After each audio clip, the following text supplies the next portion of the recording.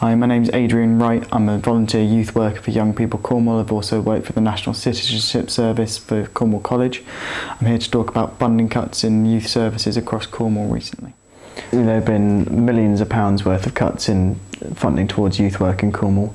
There seems to be a national sweep towards cutting out generalised youth work and moving more towards targeted youth work.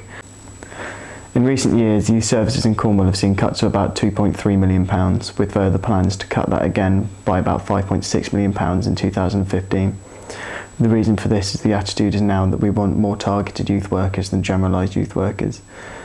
Targeted youth workers go into places where there's already a situation with drug or alcohol or just abuse of a minor, and fix that situation after it's already started.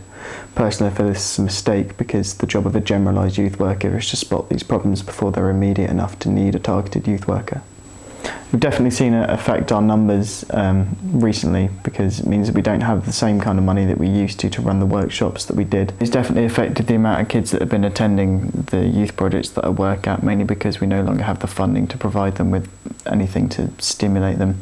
We used to run a lot of workshops about drugs, alcohol, sexual abuse, things of that sort, but now it's harder to raise awareness of these issues because we just don't have the funding to get the staff to run these workshops.